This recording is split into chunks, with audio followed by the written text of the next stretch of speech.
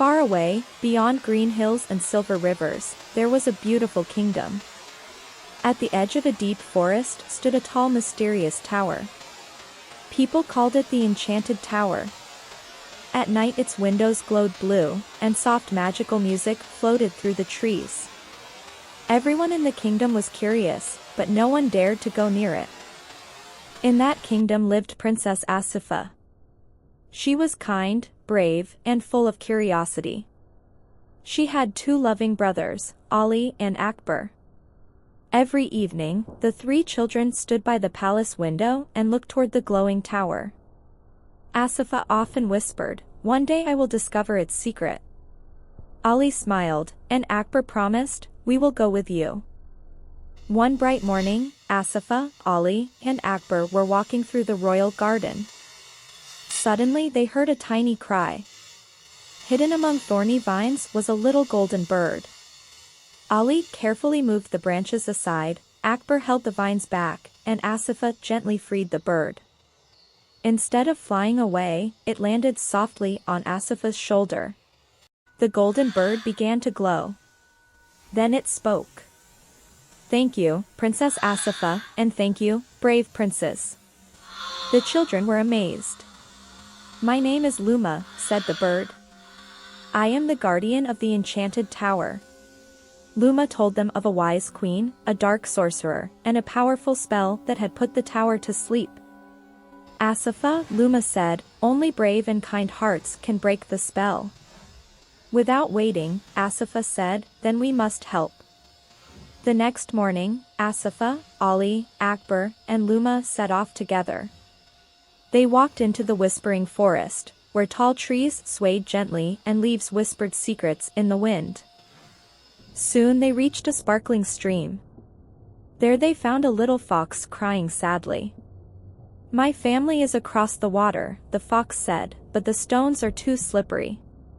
Ali found strong stones. Aqbar gathered branches. Asifa placed them carefully. Soon a safe little path crossed the stream.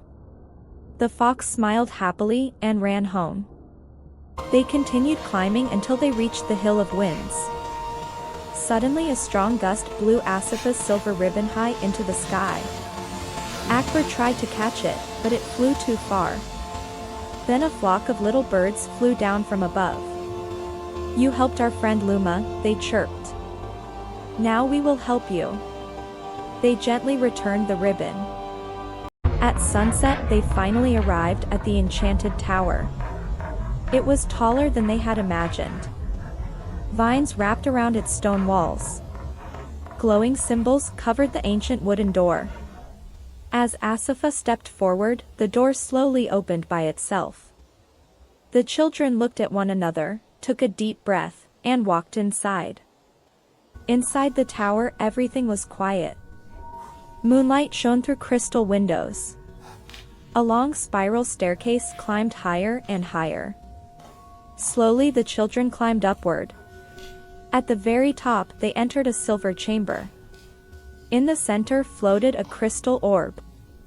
Around it, dark shadows swirled like smoke. A deep voice echoed through the room. "Who dares enter?"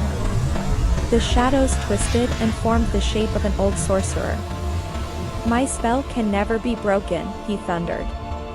Asifa felt afraid, but Ali held her hand. Aqbar stepped beside her. "We are with you," they said. Together they walked toward the crystal. Luma spoke softly. "Place your hands on the crystal and speak from your hearts." Asifa, Ali, and Aqbar placed their hands on the glowing orb. "I wish for light," said Asifa. "I wish for peace," said Ali. "I wish for kindness to protect this kingdom," said Aqbar.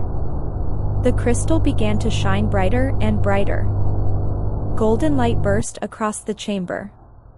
The shadows spun wildly. The tower trembled. Then, with a brilliant flash, the dark spell shattered into sparkling pieces. The sorcerer vanished into the air. The walls began to glow. Bells rang softly. Flowers bloomed from the stone. The Enchanted Tower was alive again. A gentle golden spirit appeared. It was the wise queen. She smiled warmly at the children. You broke the spell not with power, but with kindness, courage, and love. When Asifa, Ali, and Aqbar returned home, the whole kingdom celebrated. Lanterns filled the night sky, and the Enchanted Tower shone brightly over the forest. From that day on, everyone remembered that the strongest magic in the world is a good heart.